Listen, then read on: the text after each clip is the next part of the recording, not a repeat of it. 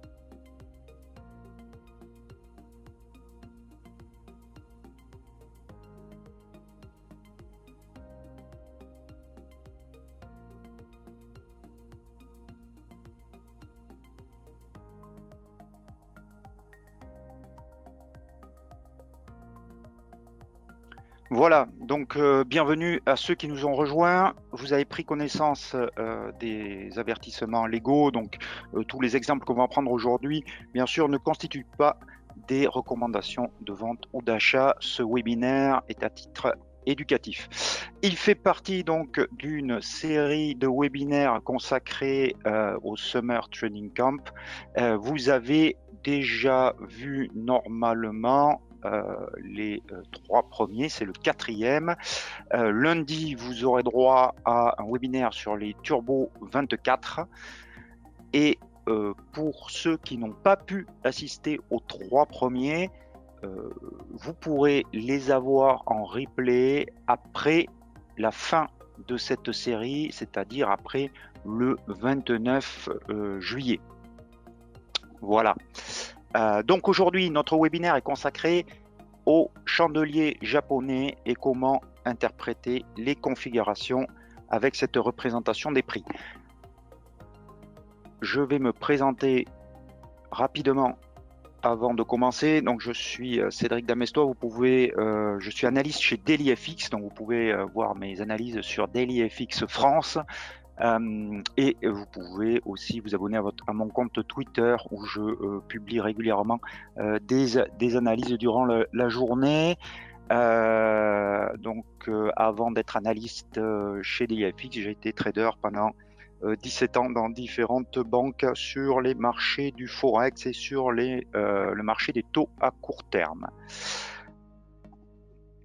Vous connaissez tous le groupe IG, qui est un groupe international coté à la Bourse de Londres, plus de 239 000 clients, leader mondial et à Paris depuis 12 ans.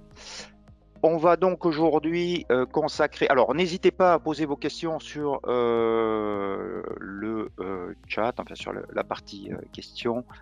J'y répondrai. Et si vous avez des analyses, des actifs aussi que vous voulez regarder, des configurations sur lesquelles vous avez des doutes, n'hésitez pas. Donc, les bougies, les chandeliers japonais sont une représentation des prix qui peuvent s'inscrire dans n'importe quel horizon de temps. On va le voir sur... Alors, qu'est-ce qu'on appelle long terme, moyen terme, court terme? On emploie souvent ces termes-là. Donc, je vous ai mis à l'écran ce qu'on considère comme long terme. Ça dépend de quel point de vue on se place, bien sûr. Donc, long terme, c'est plusieurs mois, voire plusieurs années. Moyen terme, on est sur plusieurs jours à plusieurs mois. Le court terme, c'est vraiment d'un jour à une semaine. Et le très court terme, c'est ce qu'on appelle l'intraday ou encore plus court, le scalping. C'est donc sur une journée. Le scalping, c'est sur quelques minutes. Alors, les chandeliers japonais, ils ont cette forme-là. Vous avez donc ce ça représente, ça a vraiment la forme d'une bougie. Vous avez une mèche haute ou basse, dans la plupart des cas, on verra après que on peut ne pas en avoir. La mèche en haut représente le plus haut, la mèche du bas le plus bas, et ce qu'on appelle le corps, c'est la partie qui est colorée. Donc le haut, c'est la clôture, et le bas, l'ouverture, si c'est une bougie haussière, et qui est souvent représentée sur vos graphiques soit en vert, soit en blanc.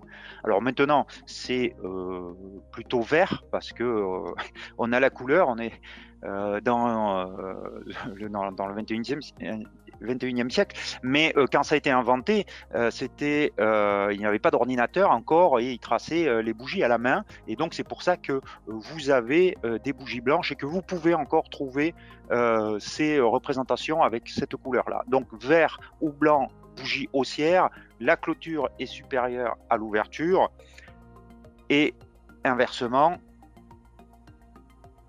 en rouge ou donc en noir, mais vous le trouverez de moins en moins souvent, vous avez une ouverture qui est supérieure à la clôture, c'est une bougie baissière. Donc ça, c'est la représentation d'une bougie. Vous avez à côté l'autre représentation des prix que l'on trouve très fréquemment, qui est très utilisée aux États-Unis à la base, qui est ce qu'on appelle la barre, avec le trait ici d'ouverture à gauche de la barre et la clôture à droite. Hein. Donc c'est une autre façon, les chandeliers japonais, de représenter les prix sur une durée de temps. Alors, il existe plusieurs configurations qui vont donner des informations sur les prix. En fait, la lecture des chandeliers japonais, elle est essentielle car elle vous oblige à vous concentrer sur les prix. Et c'est à partir des prix que vous devez prendre vos décisions de trading ou d'investissement. En fait, tous les indicateurs qui sont, que vous pouvez trouver sur toutes les plateformes, il y en a énormément, ce n'est qu'une deuxième lecture, ce sont que des dérivés des prix. Et ils sont là pour confirmer votre opinion que vous êtes faite sur la lecture des prix. J'ai connu beaucoup de traders qui n'ont aucun indicateur, ils n'ont juste une représentation des prix et ça leur suffit. L'erreur que font souvent les débutants, c'est que ils vont voir l'indicateur et ils prennent une décision par rapport à l'indicateur. Et ça, c'est inverser la lecture et c'est souvent une première erreur. Il faut d'abord que vous regardiez l'action des prix parce que c'est elle qui détermine tout, et ensuite, si vous avez besoin d'un indicateur, que vous allez chercher un indicateur pour vous confirmer votre lecture, mais pas l'inverse. L'indicateur ne doit pas vous donner le signal d'achat ou de vente parce que c'est un dérivé des prix. Donc, d'ailleurs, vous n'avez aucune martingale, aucun outil, aucun indicateur technique qui est fiable et qui vous donne des signaux fiables à 100%. Donc, je peux que vous encourager à bien vous former sur les chandeliers japonais. Vous avez un livre qui est un petit peu la Bible, qui est celui de Steve Nissen. En plus, il existe en français, et qui s'appelle Chandeliers et autres représentations, je crois, d'Extrême-Orient. Voilà, oui, et votre indicateur d'Extrême-Orient. Voilà. Donc, Steve Nissen. Donc, c'est lui qui a écrit la Bible pour les Occidentaux sur les chandeliers japonais, et c'est la représentation des prix que vous trouverez le plus fréquemment. Alors, les configurations. Alors, les principales. Vous avez des configurations simples, doubles ou triples. Qu'est-ce qui les détermine? Simple, ben, vous n'avez qu'une bougie qui vous donne une indication. Double, 2 bougies. Et triple, 3 bougies. La première d'entre elles, c'est le Marubozu. Donc, si vous comparez à la slide que l'on a vue il y a 2 minutes, vous voyez que là, il n'y a pas de mèche. C'est-à-dire que le prix d'ouverture s'est fait au plus bas de la séance et le prix de clôture au plus haut. Donc ça, c'est un chandelier qui exprime la force du marché et vous pouvez anticiper derrière, souvent, que le marché va continuer à la hausse. À l'inverse, le Marubozu rouge ou noir, donc si vous avez choisi une autre couleur ou d'autres couleurs, le prix d'ouverture va être au plus haut de la séance et le prix de clôture au plus bas de la séance. C'est une indication baissière, ça veut dire que les vendeurs ont pris la mesure des marchés, ont pris l'ascendant sur les acheteurs et qu'ils ont contrôlé pendant toute la séance l'évolution de l'actif.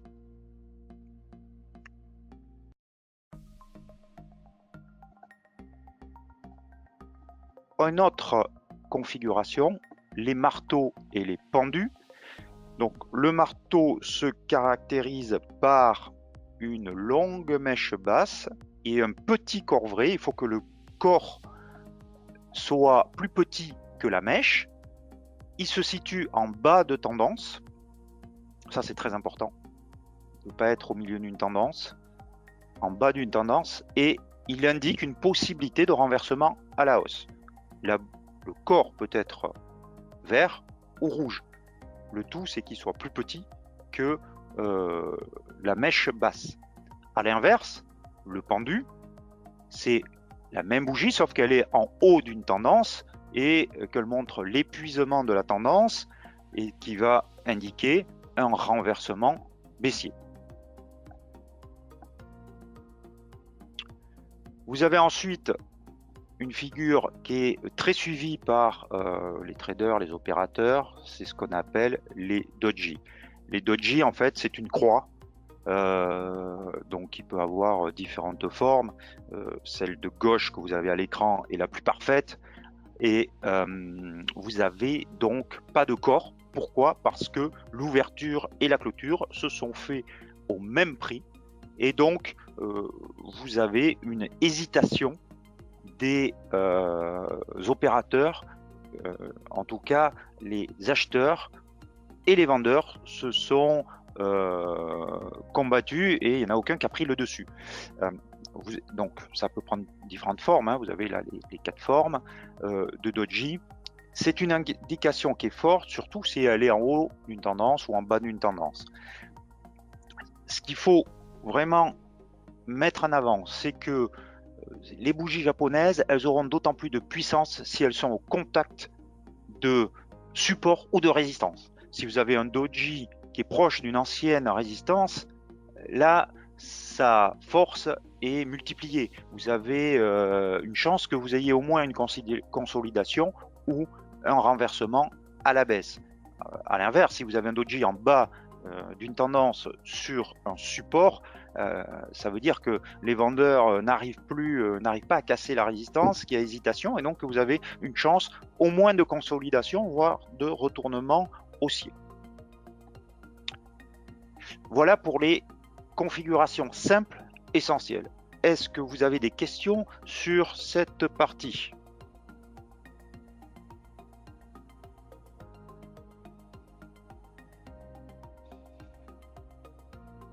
Alors, j'ai une première question. Parlerez-vous aussi des bougies Ekinashi ?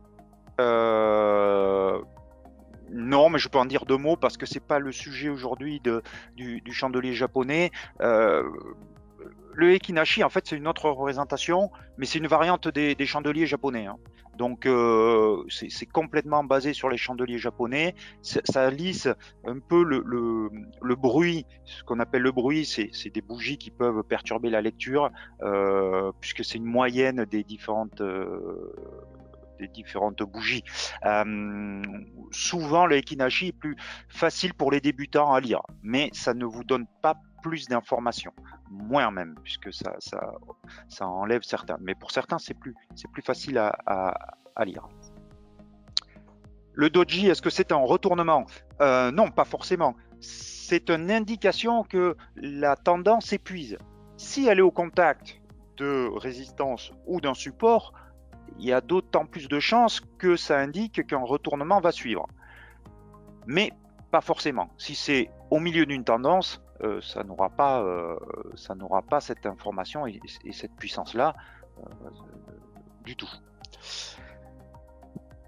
Comment mettre les stops sur les configurations simples? Alors ça, on le verra après avec les exemples, mais c'est très simple. Vous mettez votre stop en dessous ou au-dessus du doji avec une marge de quelques ticks, parce que bon, il peut y avoir un petit peu de bruit, mais effectivement, ça peut vous donner des indications pour mettre des stops. La mèche haute sur une grande bougie verte marque un. La mèche haute sur une grande bougie verte marque Nessou. Marque n'essoufflement. Oui, mais si seulement si la mèche est plus importante que le corps, parce que si le corps est très important et que vous avez une mèche qui peut paraître longue, bon, pas forcément, quoi. Ça peut indiquer juste qu'il y a des prises des bénéfices parce que justement la séance a été extrêmement positive et donc il y a quelques prises de bénéfices en fin de séance. Qu'appelle-t-on une bougie de rejet? Alors ça, c'est pas un terme que vous trouverez en chandelier japonais. Je sais pas où vous avez lu ça, mais bougie de rejet, on verra. Je pense que vous parlez plutôt des compositions en avalement. On verra ça tout à l'heure. Quelle valeur de temps peut alors prendre ces figures? Alors, les valeurs de temps, ça dépend comment vous configurez votre écran. Si vous mettez votre écran en 5 minutes, ben, la bougie, elle représente 5 minutes. Si vous la mettez en quotidien, une bougie représente un jour. Si vous mettez en 1 heure, ben, la bougie, elle représente 1 heure. Que pensez-vous de la représentation candle volume? Alors pour ceux qui connaissent pas, la candle volume, ce sont des bougies qui ont une épaisseur plus ou moins grande en fonction des volumes. Alors déjà, ce sont des bougies qui ne peuvent pas s'appliquer à tous les actifs parce que vous n'avez pas les volumes. Par exemple, sur le marché du Forex, vous n'avez pas les volumes. Donc, vous ne pouvez pas avoir cette représentation-là, elle sera fausse. Donc, les candles volume, ça concerne plus les actions. C'est pas, pourquoi pas, si ça peut vous aider, mais c'est pas forcément utilisé en salle des marchés. Bon. Mais pourquoi pas. Les interprétations que vous donnez fonctionnent quel que soit le choix de la vue de graphe, daily, weekly ou autre. Oui, je vais y répondre tout à fait, exactement. Et vous verrez dans les exemples concrets tout à l'heure que j'ai pris volontairement différents horizons de temps. Bonsoir, pour un day trader sur QUT,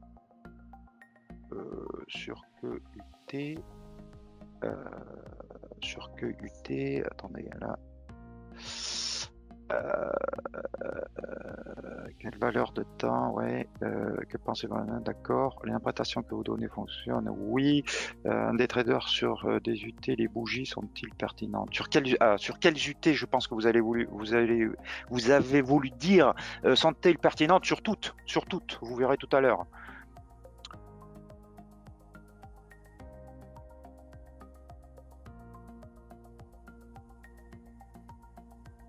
Ok, comment une bougie peut-elle valoir 5 minutes si vous parlez prix ouverture, prix clôture? Bah, si vous paramétrez votre graphe en 5 minutes, vous avez un prix d'ouverture à la première minute et un prix de clôture à la 5e. La bougie représente 5 minutes. Alors, attention, vous confondez peut-être avec, attention, quand je parle de prix d'ouverture et prix de clôture, c'est sur l'horizon de temps que vous avez déterminé. Effectivement, c'est pas l'ouverture officielle de la Bourse de Paris, je pense que vous confondez avec ça, et la clôture officielle de la Bourse de Paris. Sur le marché du Forex, par exemple, vous n'avez pas d'ouverture et de clôture, vous êtes sur un marché de gré à gré, c'est pas un marché encadré, donc vous n'avez pas d'heures réelles d'ouverture. Il y a des conventions de marché, mais il n'y a pas d'heure officielle d'ouverture et d'heure officielle de clôture. Donc si on parle d'une bougie 1 heure, vous avez par exemple à 16 heures le prix d'ouverture et à 17 heures le prix de clôture. Pareil pour 5 minutes, 16h05 et 16h10. Voilà, alors je crois qu'il n'y a plus d'autres questions, donc on va passer aux configurations doubles. Voilà. Ici, vous avez une structure en avalement haussier et une structure en avalement baissier. Alors, à gauche, c'est baissier et à droite, c'est haussier. Vous voyez que, en fait, la bougie de droite qui est entourée rouge englobe la bougie bleue de la veille. Ce qui veut dire que vous avez un prix d'ouverture qui est supérieur au plus haut de la veille et un prix de clôture qui est inférieur au cours de la veille, au plus bas de la veille. Dans ce cas-là, ça montre que les vendeurs ont pris le dessus, les acheteurs n'ont pas pu propulser les prix plus haut, les vendeurs ont contre-attaqué et ils ont réussi à faire clôturer le marché au-dessus du plus bas de la veille. C'est donc un signal de baisse. À l'inverse, sur la partie droite du graphique, vous avez un avalement haussier où là, l'ouverture se fait, vous avez une tendance baissière, hein, les trois bougies rouges, vous avez une ouverture de la bougie bleue ouverte selon les couleurs que vous y octroyez. Vous avez une ouverture qui est en dessous du plus bas de la veille et vous avez une clôture au-dessus du plus haut de la veille. Donc les acheteurs reprennent le contrôle du marché et derrière vous avez une tendance de renversement donc qui se définit à la hausse. N'oubliez jamais que le marché, ça peut paraître abstrait parce qu'aujourd'hui il n'y a plus de crier, mais le marché c'est qu'un affrontement entre des gens qui sont haussiers ou baissiers. Hein. C'est de la psychologie derrière. Hein. Donc, même si aujourd'hui ça peut paraître très technique parce qu'il y a les ordinateurs et qu'on ne voit plus qui on a en face, mais quand vous alliez autrefois à la criée, vous voyez très bien ça, que c'était un affrontement entre haussiers et baissiers. Donc, les bougies japonaises, elles sont là pour représenter cette confrontation. Alors ici vous avez une figure un peu plus complexe qui est une figure en harami, haussier, puis à droite baissier.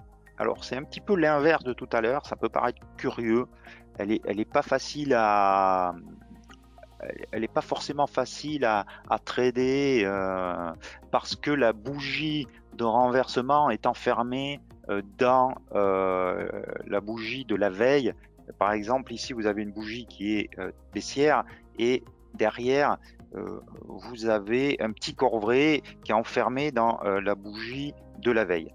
Pourquoi c'est une figure de retournement? Pourquoi les Japonais considèrent que c'est une figure de retournement? Tout simplement parce que malgré la force, vous voyez, de cette bougie rouge, de cette séance baissière, elle n'a pas pu être suivie le lendemain. Et l'ouverture s'est faite même au-dessus de la clôture. Et donc, ça montre que les vendeurs ont perdu pied quelque part. Hein. Ils n'ont pas pu projeter le marché plus bas.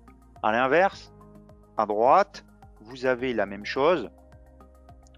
Une séance extrêmement haussière qui peut vous laisser penser que le marché va ouvrir plus haut, hein, puisque les acheteurs ont bien le contrôle. Et maintenant, vous avez les vendeurs qui arrivent dès l'ouverture à prendre le contrôle du marché et à annihiler la force de la pression haussière. Et derrière, donc, c'est suivi normalement par un renversement à la baisse. Donc, ce sont bien des figures de retournement, ce sont des figures doubles, puisque vous avez deux chandeliers qui permettent de déterminer une figure de retournement. Je continue, je prendrai les questions après, je finis avec les doubles. La pénétrante haussière et la pénétrante baissière, donc là vous avez de la même façon une tendance qui est baissière, une bougie rouge qui apparaît. Là, l'ouverture se fait bien sous la bougie, le plus bas de la bougie de la veille, mais par contre, les acheteurs réussissent à faire clôturer le marché au-dessus de la moitié de la bougie. Alors, ce qui est important pour une pénétrante haussière ou baissière, c'est de prendre comme niveau la moitié de la bougie de la veille. C'est-à-dire que si la clôture se fait en dessous de la moitié, ce n'est pas considéré comme une pénétrante haussière. Donc ce n'est pas considéré comme une figure potentielle de retournement. Bien sûr, quand je parle de figure de retournement, il faut que ça soit suivi derrière. Ce sont des figures potentielles, ce sont des configurations qui vous mettent en alerte, comme quoi quelque chose est en train de changer sur le marché, le sentiment de marché est en train de bouger.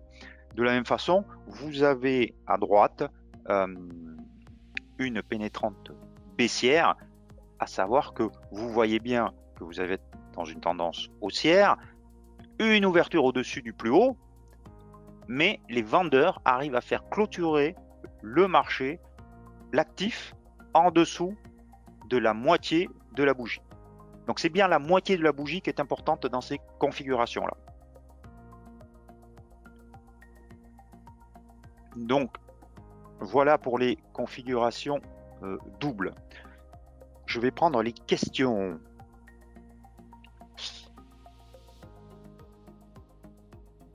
Alors, quel est le but d'être baissé, c'est-à-dire de vouloir faire baisser le prix d'une action? Tout simplement que vous avez des analystes qui estiment que l'action est surévaluée et n'est pas à son juste prix. Hein, c'est le baissier comme le haussier, d'ailleurs, il estime que l'actif n'est pas à son juste prix. Alors, quel est son raisonnement derrière, ça on ne peut pas le savoir, mais en tout cas, c'est son raisonnement. Par exemple, vous l'avez très bien eu, alors pour les plus vieux de notre assistance, mais dans les années 2000, il y a eu un exemple qui était caricatural, c'était la bulle Internet en 2000. Vous aviez des entreprises, des actions qui étaient introduites en bourse, qui perdaient des milliers, qui étaient valorisées, qui perdaient, qui avaient des résultats très négatifs et qui avaient des progressions de leur cours stratosphériques. Et puis un jour, il y en a un qui a dit stop, on tire la trappe, ça suffit, c'est n'importe quoi, ces entreprises ne valent rien du tout, et donc ils se sont mis à vendre. Voilà. Alors, hop. Si la configuration est parfaite pour entrer en position sur une action, faut-il acheter à la clôture de la bourse ou plutôt à l'open? Alors, ce que je vous montre là, c'est des figures très théoriques. Hein. Vous verrez que c'est très rare d'avoir des configurations parfaites. Mais si c'est le cas, pour entrer en position, vous avez plutôt à l'open, mais acheter à la clôture. Alors, si c'est de la bourse et des actions, il vaut mieux acheter à l'open quand même, hein, parce que vous avez le risque de ce qui se passe dans la nuit. Si vous êtes sur des marchés comme le Forex qui cote en permanence, vous pouvez acheter à la clôture de la bougie. Alors, je continue les questions. Est-ce pour que l'avalement soit validé, il doit aussi englober les mèches de la bougie précédente? Oui. Oui. Donc, une figure en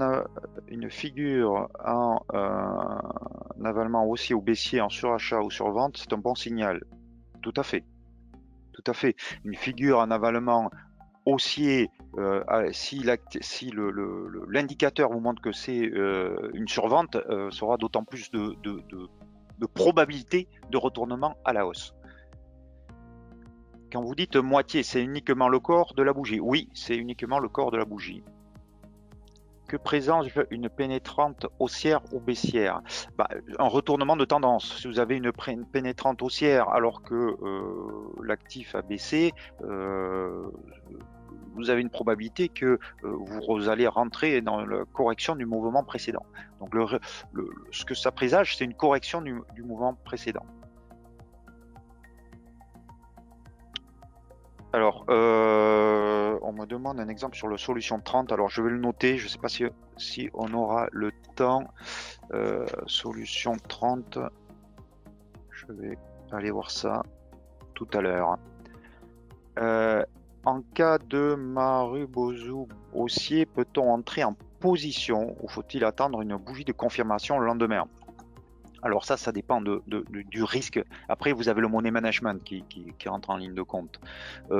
Si vous attendez une confirmation le lendemain, vous prenez moins de risques. Parce que si effectivement le Marubozu est haussier et que vous avez une ouverture lendemain en hausse, ou en tout cas au-dessus de la moitié de la bougie du Marubozu,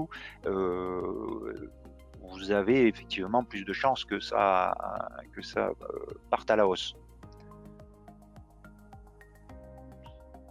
Lorsque la bougie se crée, peut-on acheter et vendre rapidement?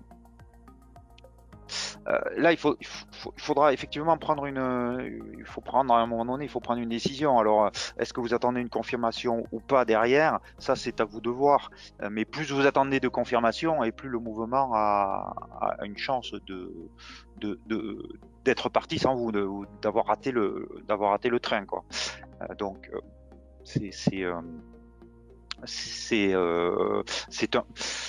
une sécurité, mais c'est un risque aussi de voir partir le train sans vous. Alors, il n'y a pas d'autres questions, je crois. Si. Pouvez-vous revenir très rapidement sur les slides 11 et 14 11.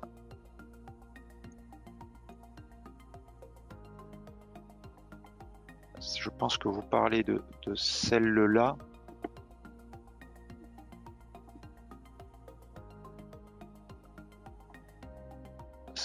C'est bien ça. Ouais. Donc la 11,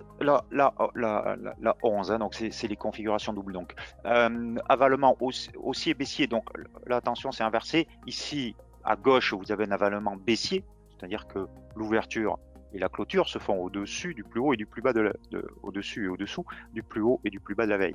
Alors que l'avalement haussier, vous avez une ouverture en dessous du plus bas de la veille et une clôture au-dessus du plus haut de la veille.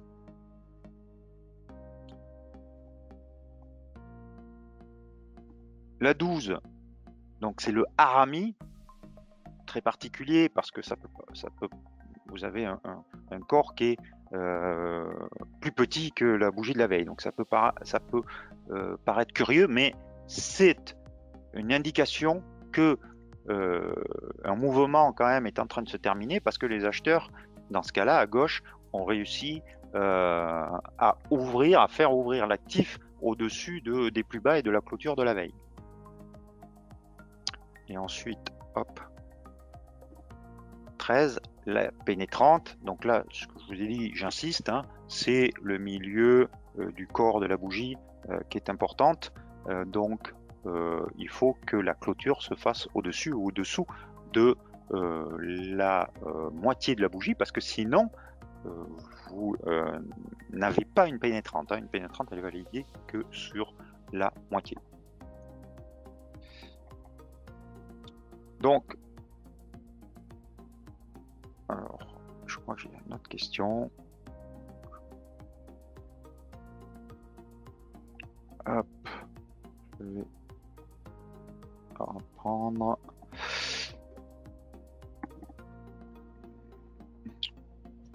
Attendez, je vais pris de hop, voilà. Hop.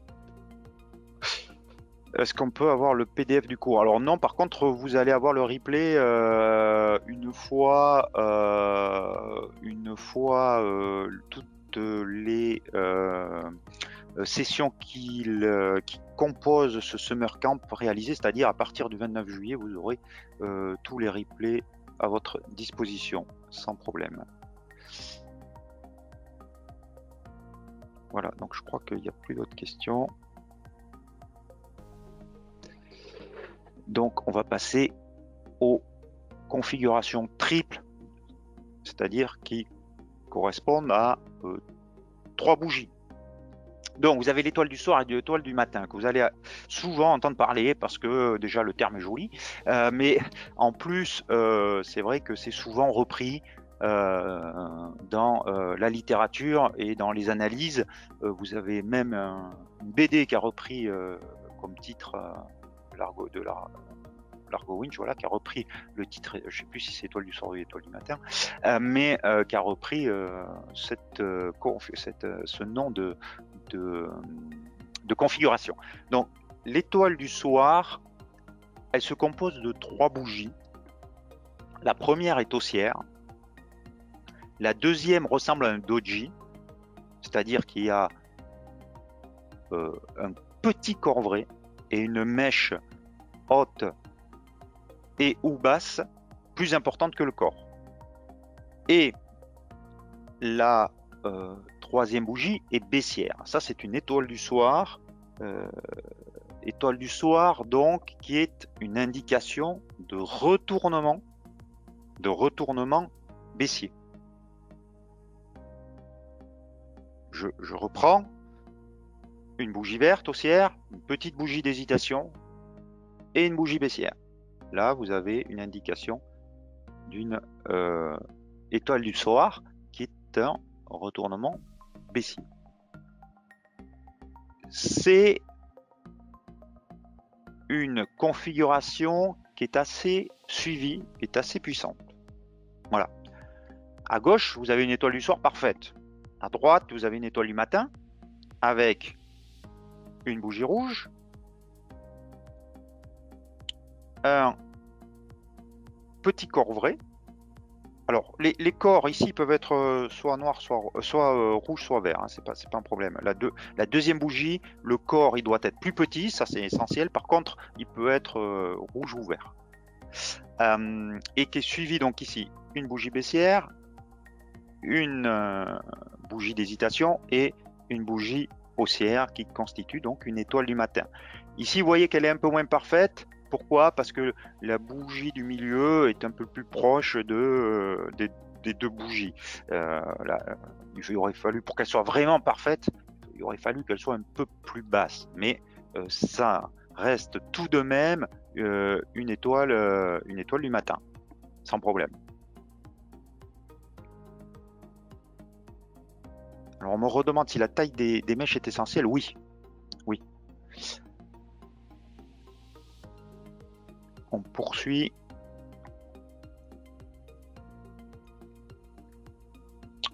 Alors ensuite, vous avez le bébé abandonné. Alors ce sont des noms très poétiques, hein. C'est pas très joyeux pour le coup, mais c'est la littérature japonaise qui nous indique les noms qui ont été traduits. Hein. Alors le bébé abandonné, vous le trouverez assez rarement pour le coup. Il y a en fait, ça ressemble beaucoup à une étoile du matin ou à une étoile du soir. La seule différence qui est quand même importante, hein, c'est que la bougie du milieu, le doji du milieu, il y a un gap entre la bougie précédente et la bougie qui lui succède. Hein, vous avez un gap, donc un trou de cotation entre la bougie de la veille, si on est en quotidien, et la bougie du lendemain. Même chose, à l'inverse, un bébé abandonné a une configuration baissière sur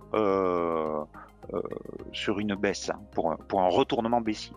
Donc là, c'est pareil, vous voyez, vous avez un trou de cotation entre la bougie, le plus haut de la bougie haussière, la bougie, le doji donc, et la bougie qui va lui succéder le lendemain. Il y a à nouveau un trou de cotation.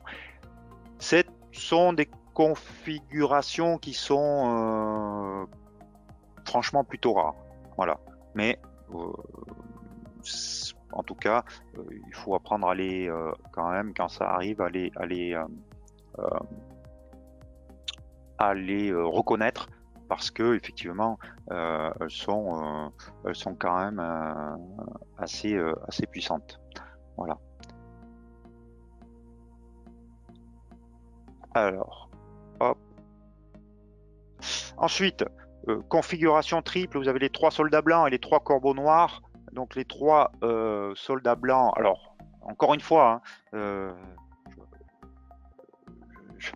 3 soldats blancs, là vous voyez qu'ils sont verts. Mais encore une fois, quand la méthode des chandeliers japonais a été développée, il n'y avait pas d'ordinateur. Donc les analystes et les traders traçaient ça à la main avec un crayon noir ou blanc. Donc après ils remplissaient les bougies.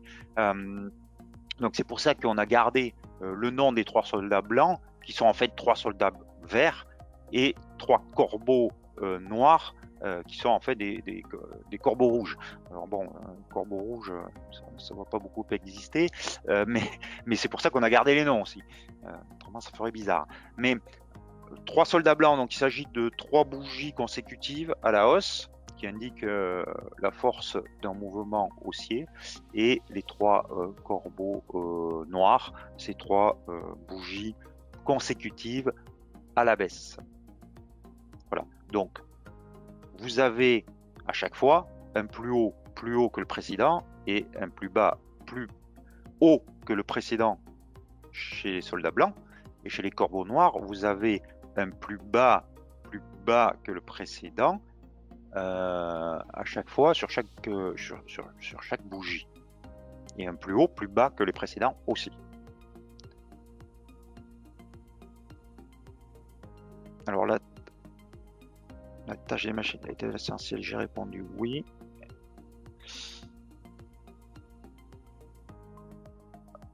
Voilà, est-ce que vous avez des questions sur les slides sur la configuration triple, à savoir bébé abandonné, étoile du soir du matin? C'est la principale étoile du soir du matin à reconnaître, parce que c'est elle qui est sans doute la plus suivie. Avez-vous des questions sur les configurations triples?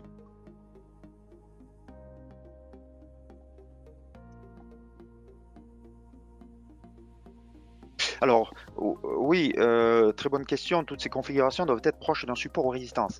Alors en fait, non, pas forcément, mais elles seront d'autant plus puissantes si elles sont au contact d'un support ou d'une résistance.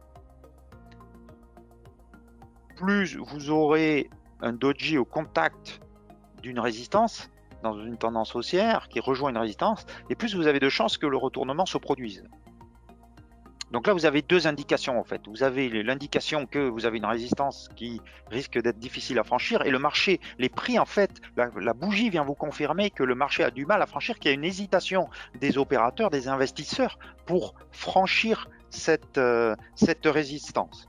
Donc les prix viennent confirmer ce qui s'est passé précédemment sur le marché. Vous voyez, c'est pour ça que je vous disais en préambule, pour ceux qui sont arrivés un peu plus tard, que vous devez apprendre absolument à lire les configurations de prix, parce que c'est ça qui conduit le marché, et ne pas vous fier à des indicateurs, parce que les indicateurs sont une dérivée des prix, et que l'erreur que font les débutants, c'est de se fier et d'aller les yeux fermés sur un indicateur. Or, il n'y en a aucun qui a une martingale, et qu'ils oublient de faire l'essentiel, c'est-à-dire de lire les prix. Un trader, il lit les prix. La plupart des grands traders, je peux vous affirmer qu'ils n'ont quasiment pas d'indicateurs, voire certains pas du tout, et encore moins aux États-Unis d'ailleurs, où vous avez les plus grands traders, sur leurs écrans. Hein. Alors que souvent, on reconnaît un débutant parce qu'il a 6 indicateurs. Mais c'est les prix que vous devez apprendre à lire, et c'est pour ça que, en fait, la lecture des chandeliers japonais, c'est un petit peu la base, c'est un petit peu le ciment de votre trading. Les fondations en tout cas. Après, vous pouvez rajouter des indicateurs, mais les indicateurs doivent venir vous confirmer votre lecture des prix. Toutes ces configurations d'approche, oui, ça j'ai répondu. Les mini des corbeaux ne respectent pas sur. Attendez, alors là, les mini des corbeaux ne restent pas sur la figure et la définition que vous avez donnée. Les mini ne respectent. Alors, si, alors peut-être que la bougie, je pense que vous parlez de la ici à droite. Si elles sont descendantes, enfin peut-être pas suffisamment, mais si elles sont plus bas. Hein, vous voyez que les plus hauts de chaque séance sont plus bas que la précédente. Ça c'est plus bas que là, et là ici, et là aussi. La clôture, le plus bas de la séance est plus bas que la séance précédente, c'était que la séance d'avant. Pouvez-vous en dire plus sur la psychologie du marché, pression acheteuse et vendeuse visible grâce aux mèches? En fait, il faut plus analyser la mèche par rapport au corps de la bougie.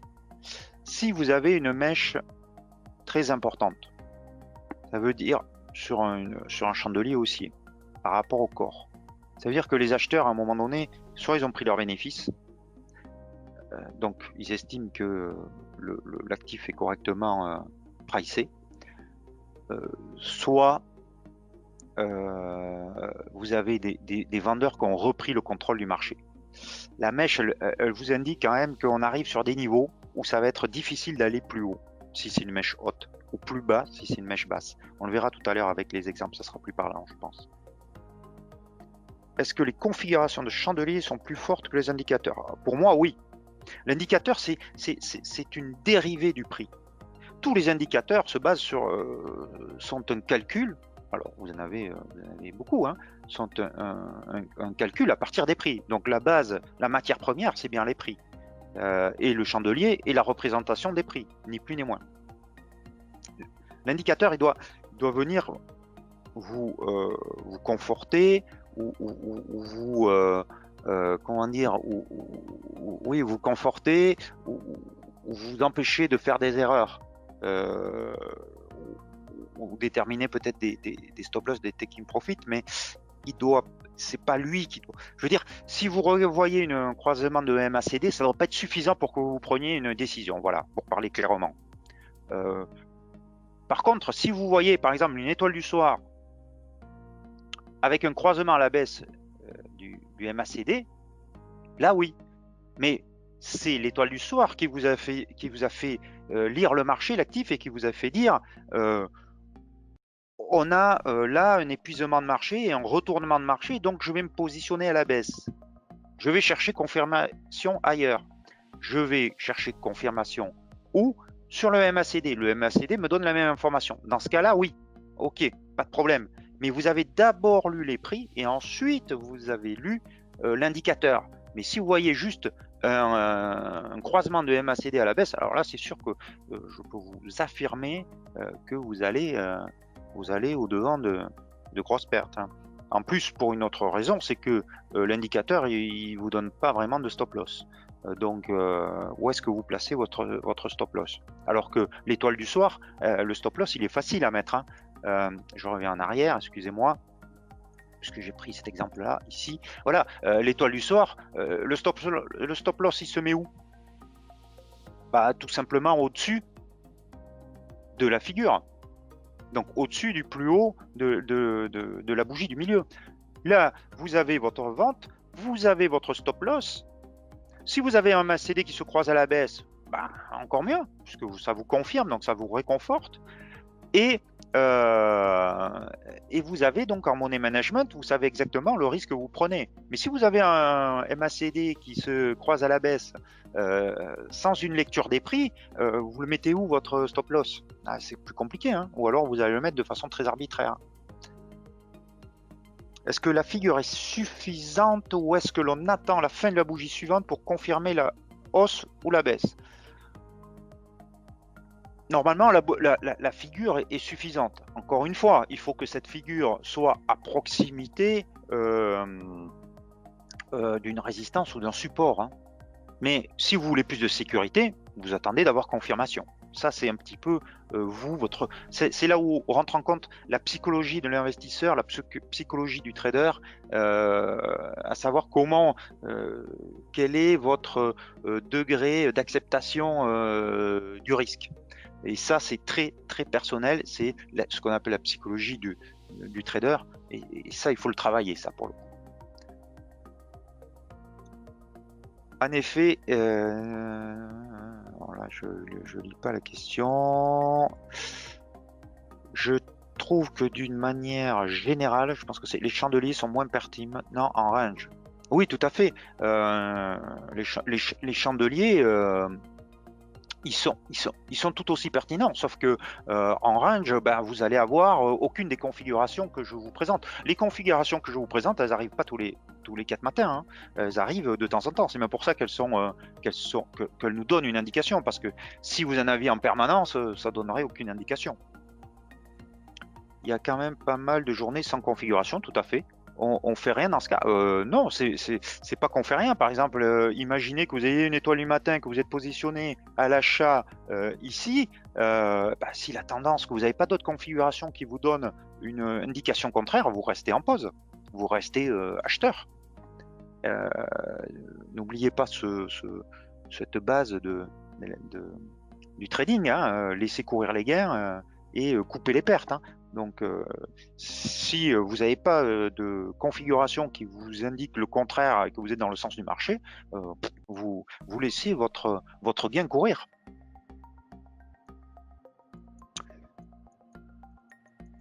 Priorité aux configurations unités supérieures. Oui, toujours. Vous avez, quand vous lisez, quand vous faites votre trading, quand vous faites vos devoirs le matin, parce que trader, c'est du travail, c'est même un travail à temps plein, quand vous le faites bien sûr sur la journée, hein. Si vous avez un horizon de temps à long terme, vous n'avez pas besoin.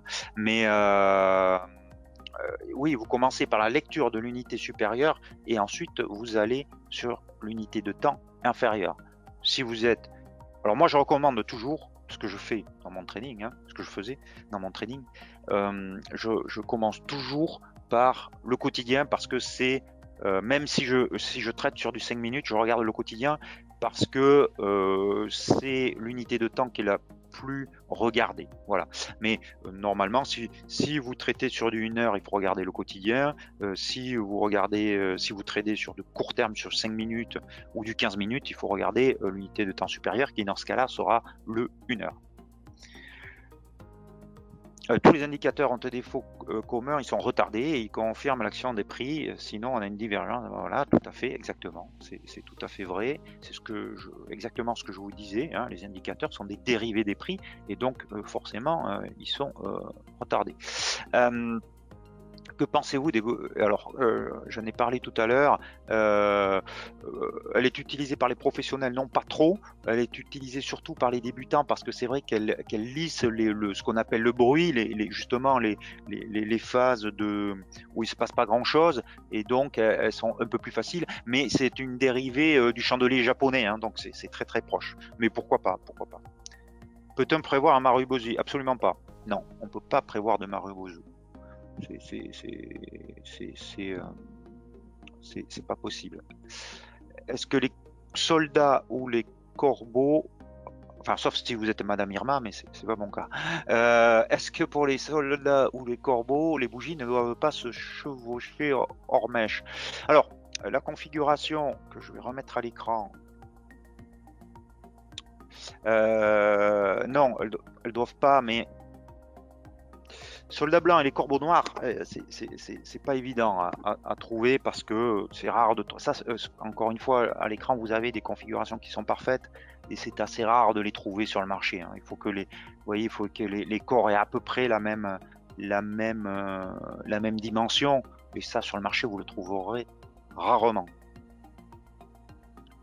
Il faut attendre la 3e bougie, c'est ça? Oui, tout à fait. Il faut que vous attendiez la 3e bougie, en effet. Et surtout, alors ça j'insiste, mais quelle que soit la décision, le trading que vous faites, attendez toujours la clôture de la bougie de l'unité de temps que vous avez sélectionnée. N'anticipez pas, surtout pas, parce que là vous allez au-devant de graves désillusions. Pouvez-vous expliquer en détail le rationnel du positionnement du stop loss? Oui. Alors, je vais reprendre le même exemple. Alors, regardez. Là, vous avez une étoile du soir, c'est-à-dire que vous étiez sur un marché haussier. Vous avez une bougie d'hésitation, un quasi-doji, avec un petit corps vrai et 2 mèches. Et puis ensuite, vous avez une bougie vendeuse. On va imaginer que vous avez une résistance ici. Donc, résistance qui est un niveau de prix qui n'a pas pu être dépassé précédemment et qui a entraîné les vendeurs. Et là, vous avez, en plus de la résistance, une configuration qui montre que le sentiment de marché est en train de changer et que les vendeurs sont en train de prendre le dessus sur les acheteurs. Vous allez donc prendre la décision de vendre, de vous mettre vendeur. Mais il faut bien sûr mettre un stop loss. Où est-ce que vous le mettez, le stop loss?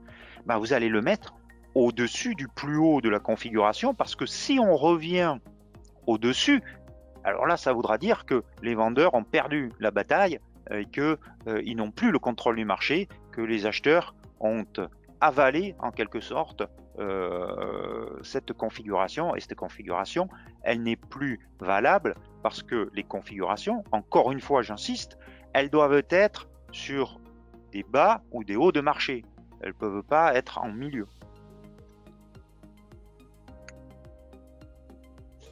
C'est plus pertinent pour prendre un mouvement en tendance. Oui, alors par exemple, vous pouvez vous aider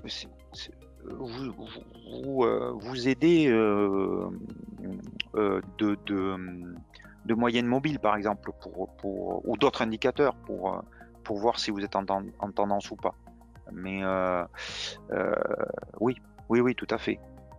Si vous avez par exemple une tendance haussière, une petite correction avec une étoile du matin et au-dessus d'une moyenne mobile, alors là effectivement, ça voudra dire que la tendance reprend. On verra tout ça après en pratique. Est-ce que tout cela fonctionne simplement parce que tout le monde suit la même logique, ou y a-t-il vraiment une raison fondamentale derrière?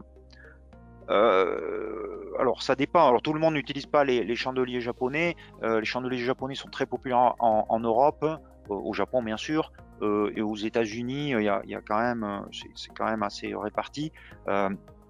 Ceci étant, les chandeliers japonais, ils montrent juste qu'il y a un changement de sentiment des opérateurs sur le marché. Existe-t-il des programmes de détection de configuration? Alors ça, j'en sais rien.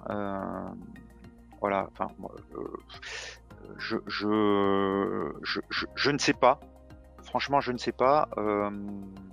Les programmes de détection, à mon avis, ils risquent de vous donner le signal de ces figures, même s'ils ne sont pas en haut ou en bas du marché. Donc ça peut vous induire en erreur. Moi, je quand même vous conseille à apprendre à les repérer par vous-même. Et à les utiliser par vous-même.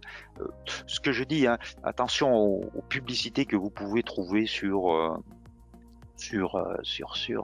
Internet. Devenez trader en 30 minutes. Bon, c'est pas pour rien que les banques, quand elles recrutent sur des profils qui ont déjà plusieurs années d'études et d'expérience. Hein. Autrement, voilà, c'est un petit peu comme si on donnait un bistouri à quelqu'un qui n'a pas fait d'études de médecine. Donc, il va falloir travailler si vous voulez faire du trading. Ça passe par du travail, et ça, vous n'y échapperez pas. Mais si des programmes vous aident, pourquoi pas, mais ça peut vous induire en erreur aussi. Quelle est l'influence réelle des actualités? Ça, les prix sont une réaction par rapport à l'actualité. Pouvez-vous regarder Technip aujourd'hui? Avons-nous un avalement? Alors Technip, je le marque, je regarderai ça tout à l'heure.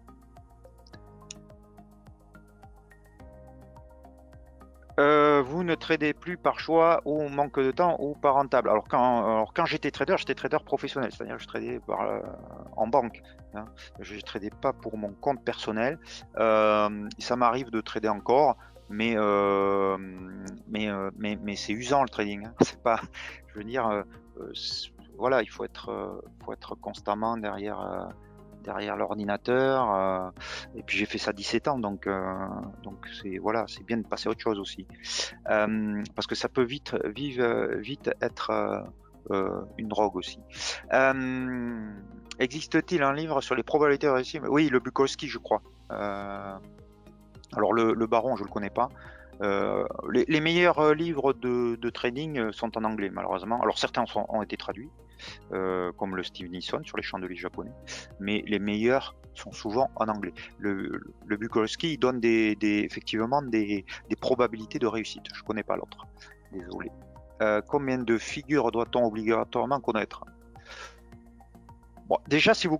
Alors, moi, je vous ai présenté les essentiels. Il y en a d'autres. Mais déjà, reconnaissez les essentiels. Là, je vous en ai présenté 9. C'est déjà bien.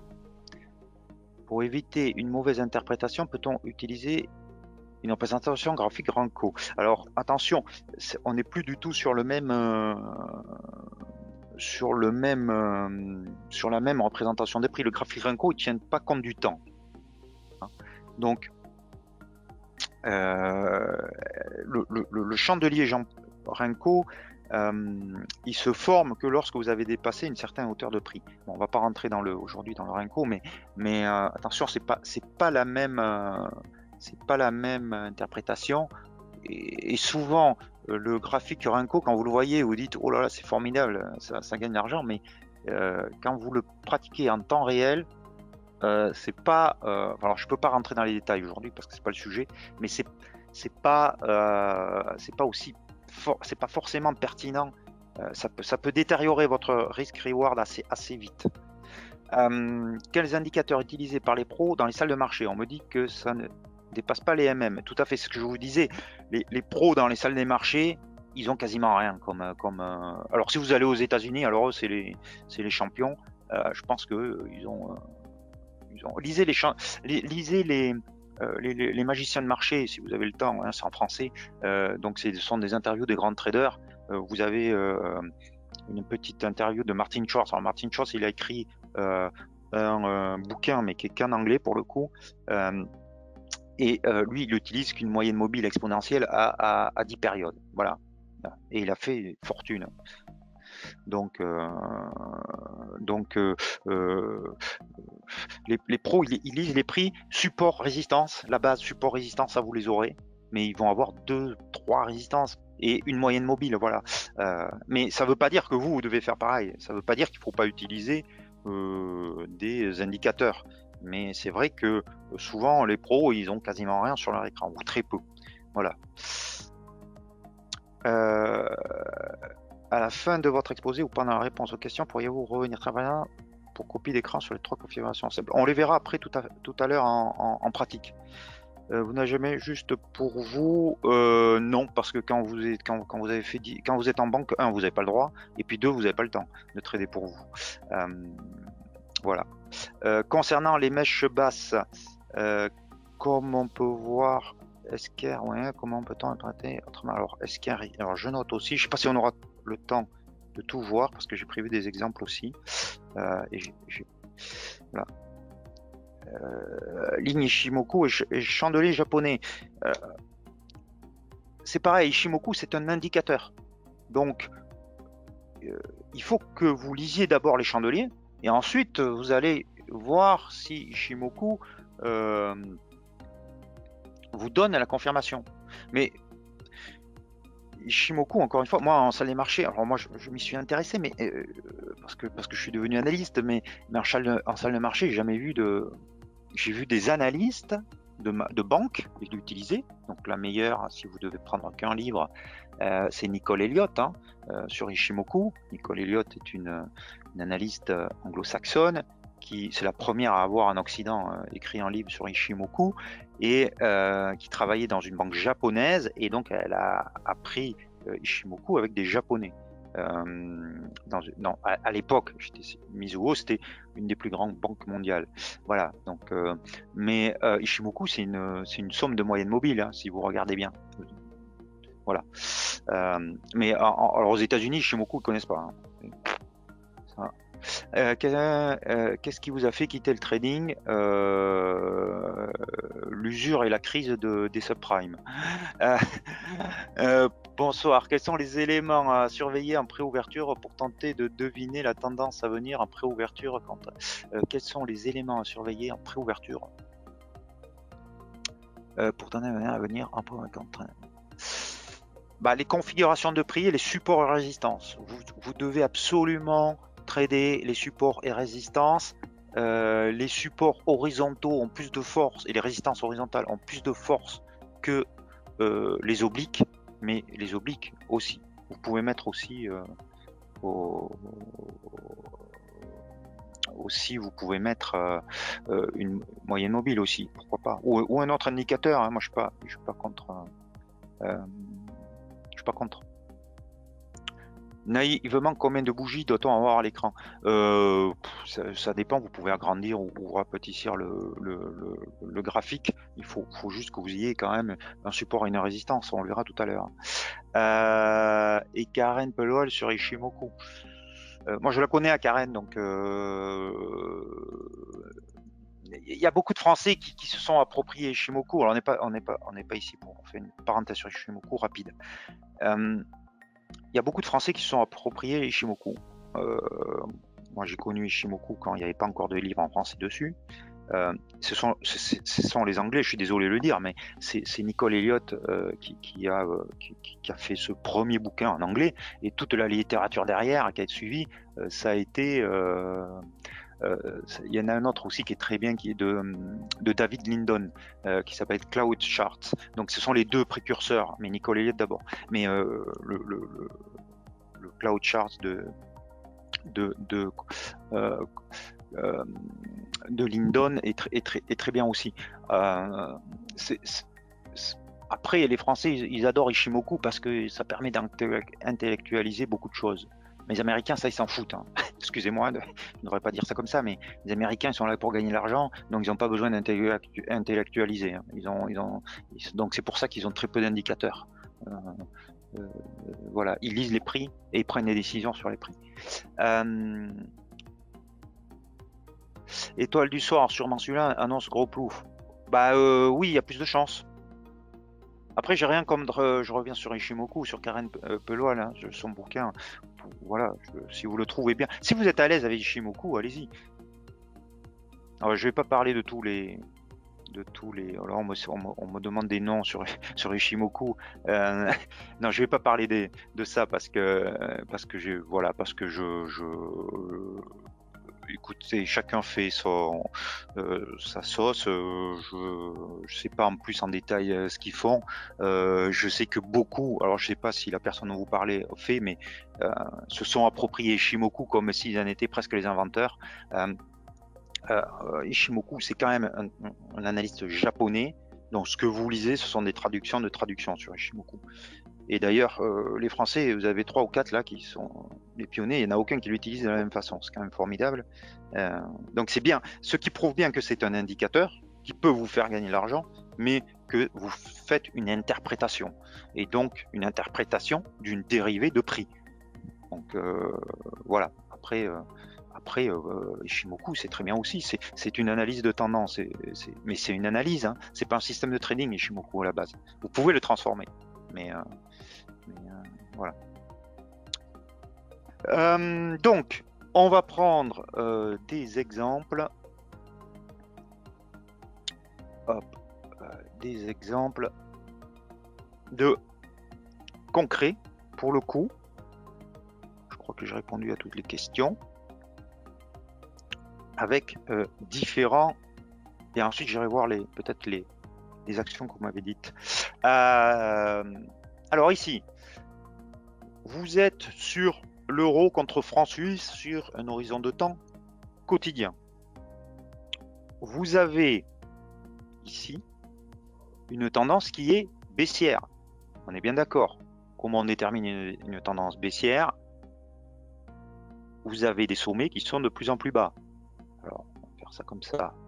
Un premier sommet ici, un deuxième sommet ici, un troisième sommet ici, un quatrième sommet ici encore plus bas, et ici vous en avez un plus bas. Donc éventuellement, je ne vais pas très bien tracer, on va tracer un peu mieux. Voilà. Si vous avez un doute, vous relayez les points hauts des deux premiers et ça vous donne la tendance. Donc la tendance est bien baissière. Qu'est-ce qui se passe ici? J'agrandis pour le coup. Hein. Donc vous avez bien ici une tendance qui est baissière, vous avez un rebond, et quand on arrive au contact de cette oblique baissière qui sert de résistance, qui est une résistance, qu'est-ce qui apparaît? Apparaît un doji, un quasi-doji. C'est pour ça que je vous disais que la configuration parfaite, elle est rare. Mais vous avez un quasi-doji. Pourquoi? Parce que vous avez un petit corvée avec une mèche haute plus importante que le corps vrai et une marge PS plus importante que le corps vrai. Et donc, ça doit vous mettre en alerte au contact d'une résistance qui plus est baissière, que ce petit rebond n'était qu'une respiration, qu'une correction, et que vous avez une chance d'avoir un retournement. Donc, là, vous avez deux écoles. Soit vous êtes un peu plus, vous aimez le risque et vous vous positionnez tout de suite à la vente en mettant votre stop loss ou, je vous ai dit, au-dessus de la configuration simple, au-dessus de la bougie en doji. Donc, vous allez mettre votre stop ici. Ou, deuxième solution, vous attendez de voir si la séance suivante confirme. Et dans ce cas-là, c'est le cas. Et donc, vous allez prendre une position à la vente ici et mettre votre stop loss ici. Alors, vous avez un risk reward, ce qu'on appelle risk reward, c'est-à-dire le gain par rapport au potentiel de perte, qui est un petit peu détérioré. Mais en tout cas, vous avez suffisamment d'éléments pour prendre une position et pour déterminer la taille de la position. C'est-à-dire que, effectivement, si vous prenez une position vendeuse ici avec un stop loss ici, la distance ici, elle est courte, donc votre perte va être courte, donc vous allez pouvoir peut-être augmenter la position. Si ici, quand même, vous avez un gros chandelier baissier, vous mettez vendeur, mais comme le stop loss est quand même un peu plus loin, vous allez prendre une taille de position qui est moindre, voilà. Et donc là, vous avez un exemple de doji qui a parfaitement fonctionné, mais encore une fois, il a bien performé parce que on était dans une tendance baissière. Et quand donc ce doji vous a confirmé que cette petite remontée là, c'était juste une respiration dans la tendance. Et derrière, vous êtes même encore en position pour moi. Hein. Si vous avez pris une position ici avec un stop loss là, vous n'avez pas de raison. Alors là, on est dans le trading pur, on n'est plus dans les chandeliers japonais, mais on est encore en position. Pourquoi vous êtes en position? Votre stop loss, vous n'allez pas le laisser là, hein, vous allez le baisser parce que vous n'allez pas prendre le risque de tout reperdre. Mais vous allez le baisser comment?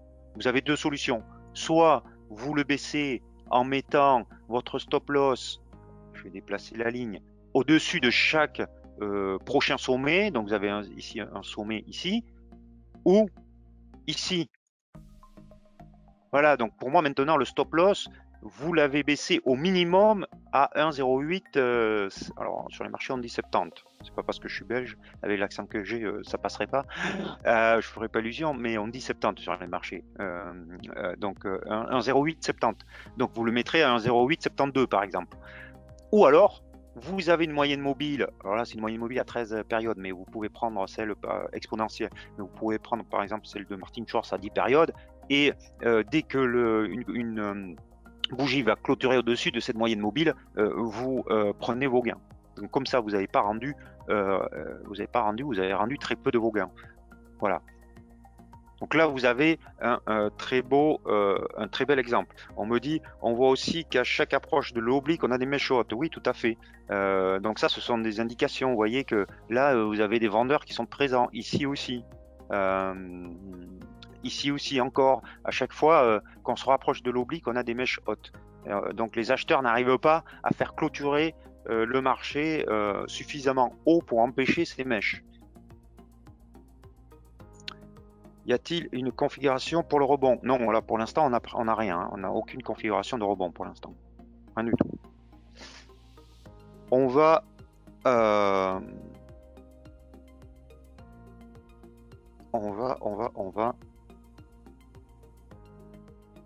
prendre un exemple sur alors on va rester sur le forex. On va prendre le GBP JPY. Voilà. Donc c'est la livre contre yen. Donc la livre contre yen, ici vous avez une étoile du matin qui s'est formée hier. Donc l'étoile du matin, pourquoi elle m'intéresse? Ici, regardez, vous avez ici un support, un plus bas. Donc vous avez un creux de marché. Donc un point qui avait par le passé entraîné des acheteurs. Les prix baissent. On est dans une tendance qui est haussière, on est bien d'accord. Hein. La tendance de moyen terme, elle est haussière, même si elle a du plomb dans l'aile un petit peu, mais elle est quand même haussière de moyen terme. On revient sur le support, double support. La moyenne mobile à 200 jours, alors ça, il faut que vous l'ayez sur tous vos graphes. Ça, c'est au-dessus d'une moyenne mobile à 200 jours, vous êtes acheteur. En dessous, vous êtes vendeur. Ça va vous éliminer énormément d'erreurs. Alors ça, les traders professionnels l'ont très souvent. Donc, vous avez une correction ici, une baisse qui est quand même assez importante. Hein. Mais qu'est-ce qui se passe? Au contact de cette résistance et au contact de cette moyenne mobile, vous avez une bougie baissière, un doji à mèche très basse pour le coup, et une bougie haussière. Donc ça, cette configuration-là, c'est une étoile du matin. Hop, on va l'entourer. On est dans le cadre. Voilà. Là, vous avez une étoile du matin qui s'est formée donc hier.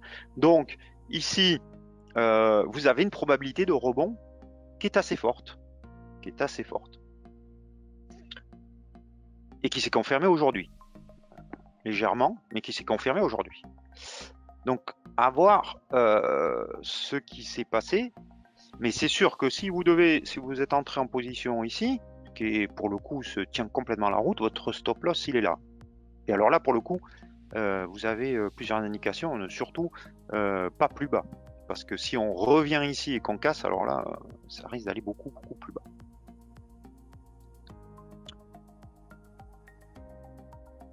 Donc, une étoile du matin ici. On va aller voir un autre actif. On va aller voir le pétrole. Parce que le pétrole avait exactement la même configuration, sauf que, par contre, on n'était pas au contact d'un support. Mais on a quand même une étoile du matin. Une bougie rouge, un doji, pour le coup parfait, et une bougie verte. Donc, dans une tendance qui était haussière. Hein. Vous voyez, hop, clac, clac. Donc, là aussi, on a une figure de retournement haussier qui s'est complètement confirmée aujourd'hui, puisque aujourd'hui, le pétrole il a gagné 140 ticks, hein, ce qui est beaucoup. Hein. Voilà, donc une autre étoile du matin ici. On va aller voir une étoile du soir qui est un peu moins flagrante, mais regardez sur le Bitcoin, sur la crypto-monnaie donc. Ici, vous avez entouré une étoile du soir qui est quasiment parfaite aussi, qui est au contact d'une moyenne mobile en plus, à 200 périodes, ici, et en plus, une moyenne mobile exponentielle à 34 périodes. Donc, vous avez une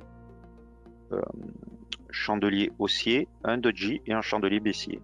Donc là, vous avez les éléments pour prendre dans une tendance qui est baissière, qui est dans le sens de la tendance. Donc, vous avez les éléments qui vous indiquent que le rebond est sans doute terminé, ou en tout cas, vous avez suffisamment d'éléments pour prendre une décision à la vente avec un stop loss, encore une fois, au-dessus de la figure, de la configuration. Et pour le coup, après, bon, il y a un très gros support ici sur le Bitcoin à 28 800. Là, vous avez les éléments pour prendre vos profits, hein, surtout avec une mèche comme ça. Au pire, hein, si vous n'avez pas pris vos profits ici, il fallait les prendre là. Voilà. Autre, donc on a vu étoile du matin, étoile du soir. On va voir sur les actions, sur les indices maintenant. On va voir un Marubozu ici. Alors c'est un quasi Marubozu ici.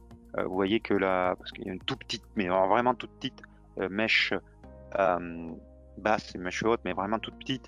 Mais vous avez une ouverture et une clôture qui sont quasiment à la même, enfin, le plus bas est quasiment au niveau de l'ouverture et le plus haut quasiment au niveau de la clôture. Donc là, vous avez vraiment un chandelier de puissance, de force, qui, dans le sens de la tendance, encore une fois, dans le sens de la tendance, au-dessus de la moyenne mobile à 200 périodes, qui vous montre que les acheteurs sont bien présents et n'ont pas lâché l'affaire. Et derrière, vous avez une continuation haussière. On a vu, on va aller voir l'euro-dollar, par exemple. L'euro-dollar, et on va les passer en 1 heure. Regardez ici. Alors, ici, vous aviez un doji, quasi, avec plusieurs mèches basses, mais la lecture, elle se fait, regardez, sur ces mêmes niveaux, regardez, ici, on avait déjà eu 3 bougies avec des mèches basses, donc ça montre bien qu'ici, vous avez des acheteurs, et quand on revient ici, vous avez un doji, donc c'est suffisant pour vous indiquer que les acheteurs sont là et que le marché risque de repartir à la hausse.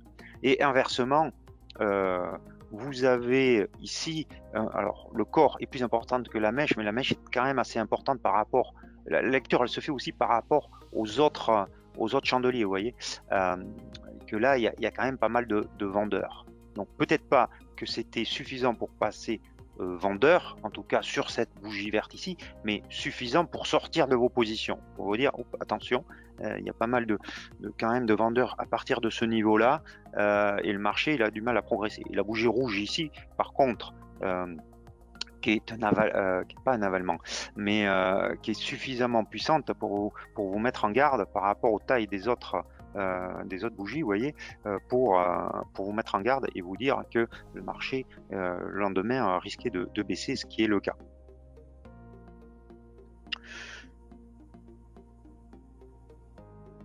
Alors j'ai une question sur le Bitcoin, donc alors j'étais sur le Bitcoin. Je vais repartir parce que c'était un quotidien.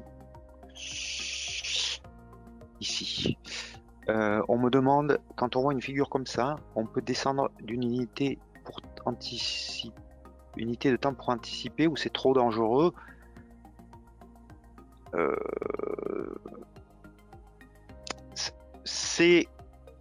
Oui, c'est dangereux parce que la figure elle n'est pas formée, c'est-à-dire que tant que vous n'avez pas la clôture ici, l'étoile du soir, elle n'est pas formée. Pareil, la dernière heure, vous avez des acheteurs, ça arrive souvent sur les actions, ça, surtout aux États-Unis, sur le S&P 500. La dernière demi-heure, vous avez de gros mouvements et finalement, vous n'avez plus une bougie rouge, enfin d'une certaine ampleur, un corps d'une certaine ampleur, vous avez une longue mèche basse. Et dans ce cas-là, vous n'avez plus d'étoile du soir.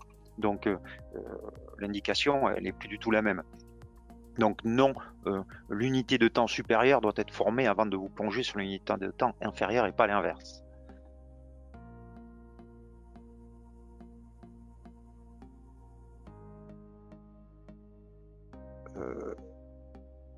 Quelle est la pertinence des moyennes mobiles exponentielles à 13 et 34 périodes par rapport aux moyennes mobiles à 20 et 50 périodes?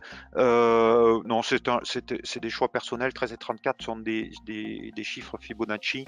Vous savez que sur les marchés, c'est très suivi. Mais si vous utilisez des 20 et 50, c'est pertinent aussi. Après, c'est un choix personnel. Il faut les indicateurs que vous prenez, encore une fois, il n'y a pas de martingale. C'est pour ça, n'écoutez pas ce qu'on vous vend sur les marchés. Surtout, c'est des gens qui vous vendent comment dire, des systèmes de trading, parce qu'il n'y en a pas. Il faut que vous trouviez, vous, le système avec lequel vous êtes le plus à l'aise.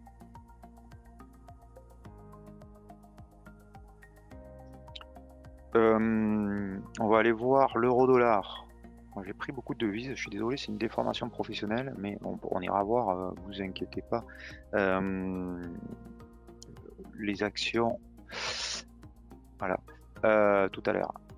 En 1 heure, vous avez ici un marteau qui est entouré ici en bas Vous voyez que là aussi, sur l'euro dollar, on avait plusieurs mèches basses.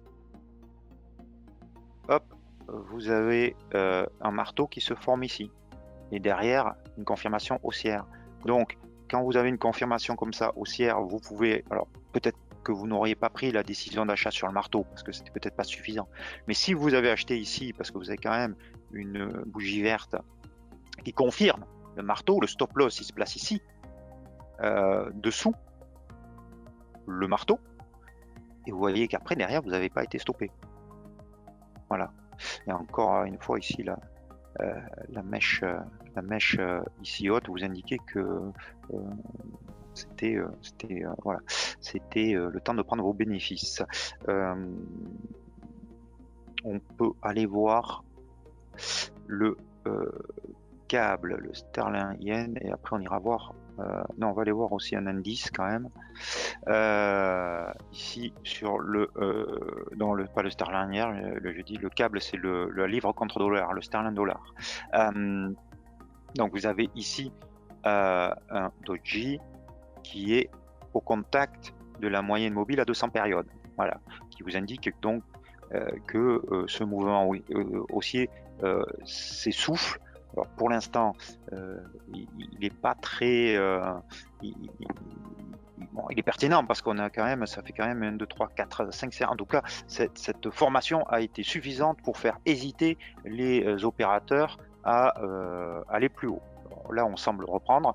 Après, il y a une indication qui est un peu contraire, c'est qu'on reste au-dessus de la moyenne mobile à 13 périodes exponentielles, et donc les acheteurs sont encore présents, mais en tout cas, cette figure, si vous étiez acheteur, était suffisante à mon goût pour sortir du marché. Et ensuite, on va aller voir un indice, l'Eurostock. Alors l'Eurostock, on va le passer en... Donc c'est l'indice européen. Pour voir ici que vous aviez un avalement baissier, qu'on n'a pas vu encore, en Marubozu en plus, puisque vous avez ici une bougie qui avale 1, 2, 3, 4, 5, 6, 7, 8, 9 séances, c'est énorme, hein. Enfin, vous verrez quand si vous pratiquez les chandeliers, mais un avalement qui avale 9 séances précédentes, c'est quand même énorme, et qui vous, alors là, vous mettez en garde contre une correction à venir probable, et effectivement, elle s'est confirmée derrière. Voilà. Ici, puisque vous avez eu quand même beaucoup de séances derrière qui étaient baissières. Voilà. Je lis les questions. Quel style de trader étiez-vous et sur quels actifs? J'étais trend following, suiveur de tendance. Voilà. Sur quels actifs? Je travaille sur le forex et les contrats de taux courts qui après la crise des subprimes ont disparu puisque les taux sont passés à 0, mais à l'époque les taux étaient à 3%, donc il y avait des gros départements dans les banques sur les taux courts. Et sur le forex ça a toujours été, puisque même traité, ça va faire très vieux, mais la P7 et la Lira au début, hein. Au début de ma carrière, je suis pas si vieux que ça non plus.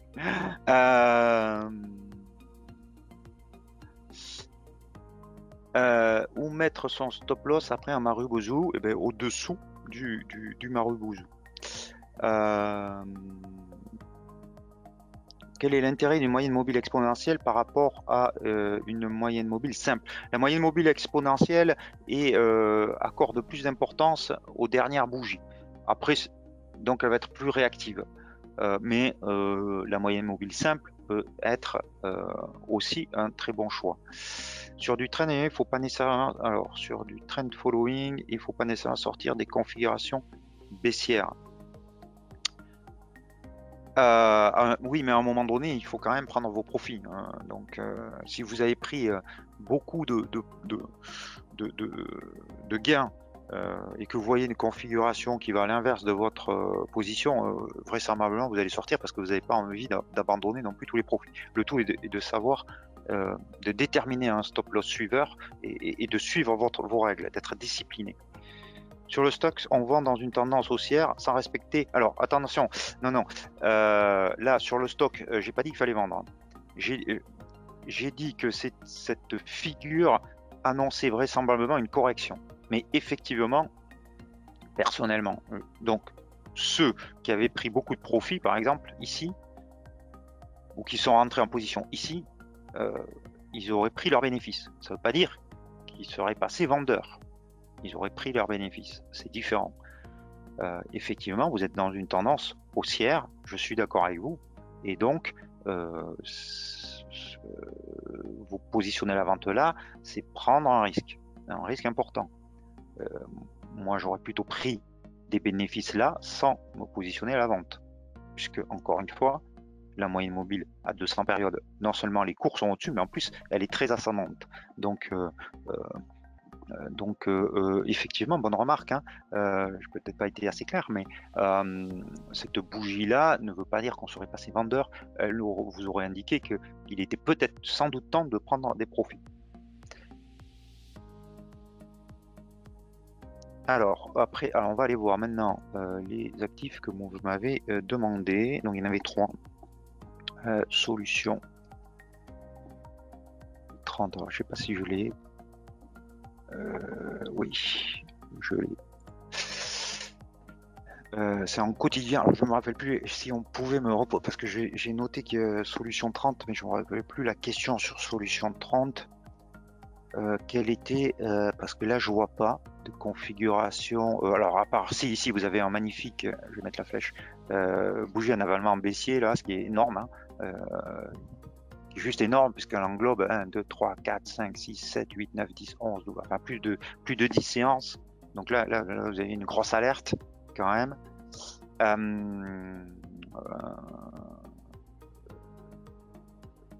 Et ensuite il y a pas mal de gaps sur cette action. On me dit, je ne vois pas trop la différence entre être vendeur et prendre ses bénéfices. Pouvez-vous éclaircir? Oui, bien sûr.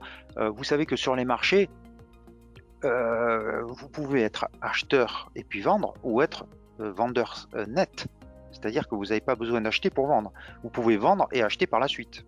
Donc c'est pas pareil d'être vendeur, c'est-à-dire d'être short sur un actif, c'est-à-dire j'ai vendu mais j'ai pas encore acheté, que de prendre ses bénéfices. Prendre ses bénéfices, c'est-à-dire que vous avez acheté au préalable et que vous allez vendre ce que vous avez déjà acheté. Alors que être vendeur, c'est que vous avez vendu quelque chose que vous n'avez pas encore acheté. Comment interpréter les gaps? Alors ça, il faudrait faire une session à part entière sur les gaps. Donc les gaps, c'est surtout, ça concerne surtout les actions.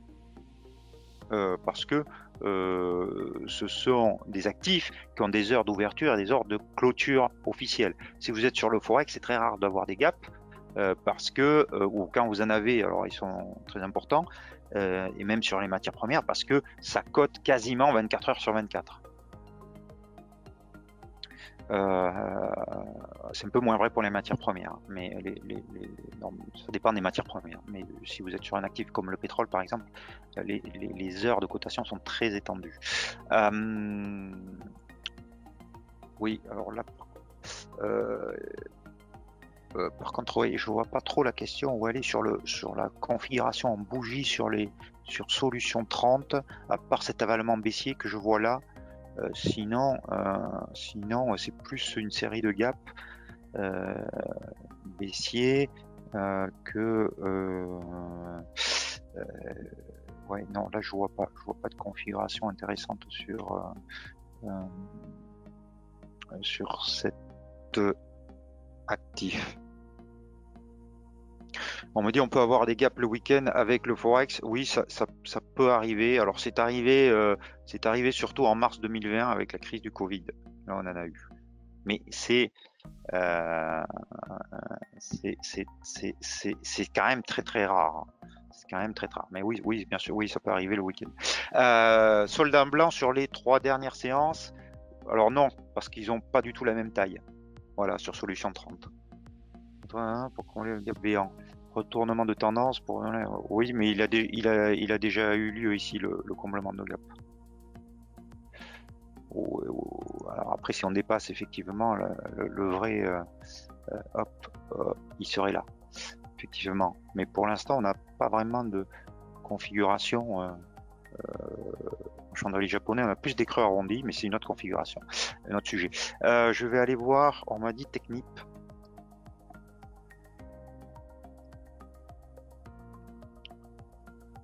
Alors je sais pas si c'est, je pense que c'est Technip Énergie.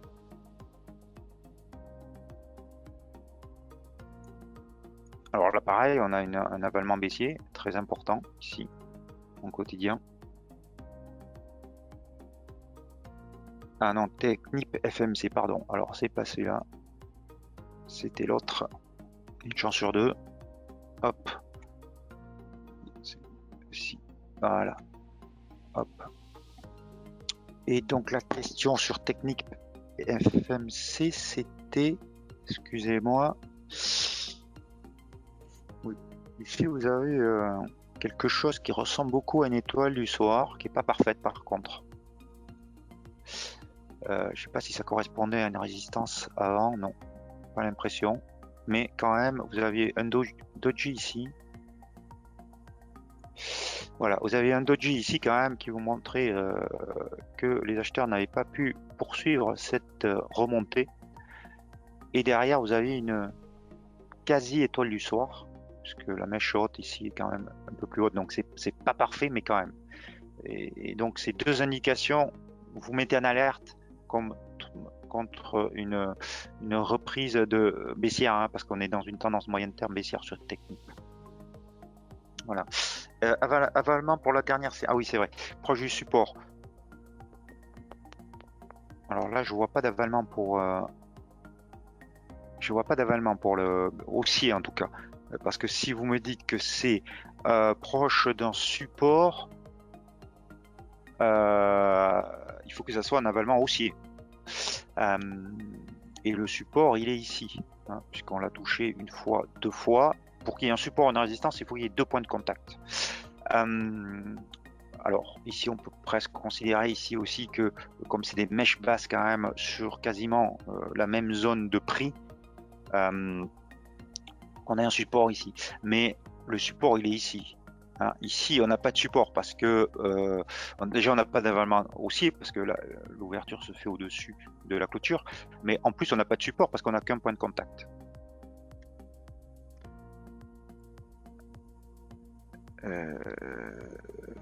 Alors, Inet Pharma, on m'a dit. Hop. Inet Pharma.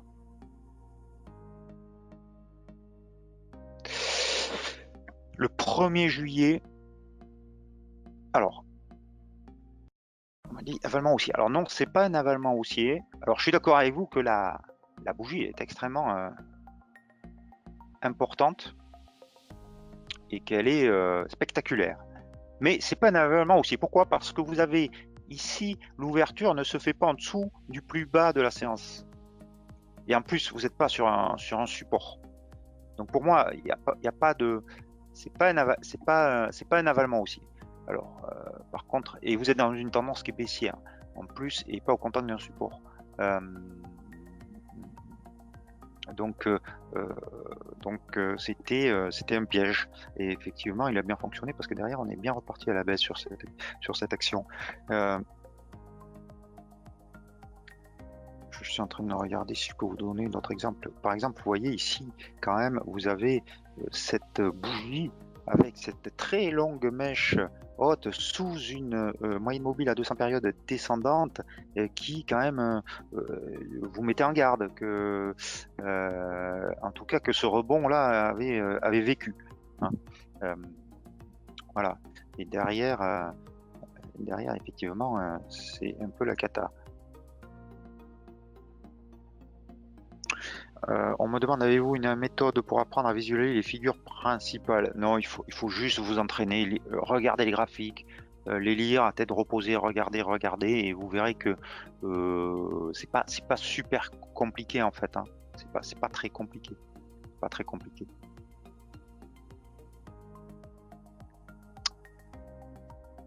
Alors, y a-t-il des dernières questions? J'espère que j'ai répondu à tout le monde, en tout cas.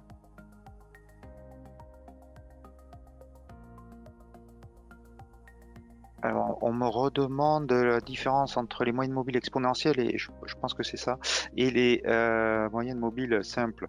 En fait, la moyenne mobile exponentielle prend encore plus de poids à la bougie aux bougies les plus récentes par rapport à la moyenne mobile simple, donc elle va être plus réactive.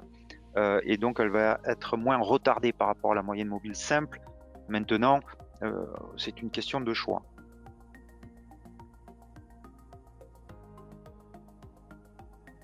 Non, malheureusement, on ne peut pas vous communiquer les. Je suis désolé, hein, les slides. C'est pas possible. Mais vous aurez. Allez, c'est dans 7 jours. C'est pas loin. C'est pas loin. 7 jours, vous aurez tous les webinaires en ligne et vous pourrez les revoir autant que vous le voulez. Pardon. Advicen, la baisse était-elle prévisible après la grosse bougie? Advicen, on va voir ça. Advi. Alors, ben non, parce que pourquoi? À moins que vous ayez le code, mais pour real time, apparemment, je ne l'ai pas. Non, je ne l'ai pas. Désolé. Je vois que vous suivez le RSI. Oui, effectivement, je regarde le RSI. Mais c'est plus pour... C'est pas là-dessus que je prends des décisions d'achat ou de vente, en tout cas. Vous ne prenez pas en compte les volumes? Non, parce que moi, je suis sur des... parce que je suis sur des marchés où vous n'avez pas cet élément-là. Si vous êtes sur le Forex, le Forex, c'est 4000 milliards tous les jours qui s'échangent. Et donc, vous n'avez pas cet élément. C'est un marché de gré à gré. Les volumes, vous les avez que sur des marchés organisés. Donc, que sur les actions, en fait. Sur les matières premières ou le Forex, vous n'avez pas les volumes. Mais si vous êtes sur les actions, effectivement, c'est un élément qui est important.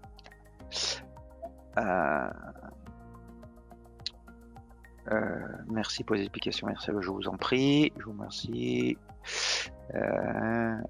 Code Advic, alors je sais pas, je crois, mais je me demande si je l'ai. Advic. Ah ben non, je suis désolé, mais j'ai pas accès. Non, j'ai pas accès, je suis vraiment désolé. On m'a dit on doit pouvoir programmer les configurations sous PRT si cela n'existe pas. Alors je sais qu'il y a des logiciels qui vous programment. Hein. Faites juste attention à ces logiciels parce que effectivement ils vont vous indiquer beaucoup de configurations en changelet japonais, mais n'oubliez pas ce que j'ai dit au début, qui est la base. Ces configurations-là, elles sont puissantes si elles sont au contact de résistance ou de support. Les logiciels qui existent, ils vont vous donner les configurations, mais ils vont vous les donner toutes. Par exemple, ils vont vous donner, ils vont vous dire alerte doji sur le graphique présent. Là, ici, vous avez un doji ici, ici là, voilà. Ici, vous avez un doji, mais ce doji, il correspond à rien, il représente rien. Il est ni en bas de tendance, ni sur un support. Il est tout petit. Je veux dire, il a aucune signification. Mais le logiciel, il va vous dire attention doji. Donc, ça peut vous aider effectivement, mais ça peut vous induire en erreur aussi.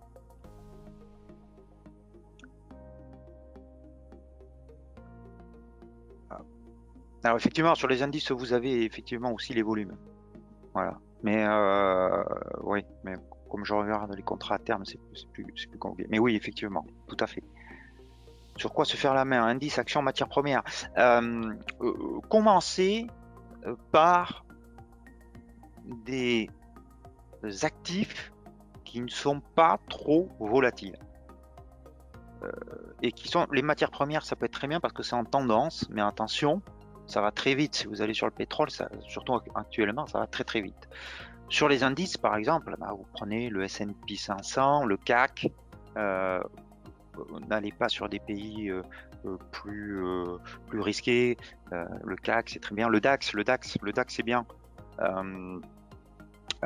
Si vous êtes sur les actions, commencez par les plus grosses.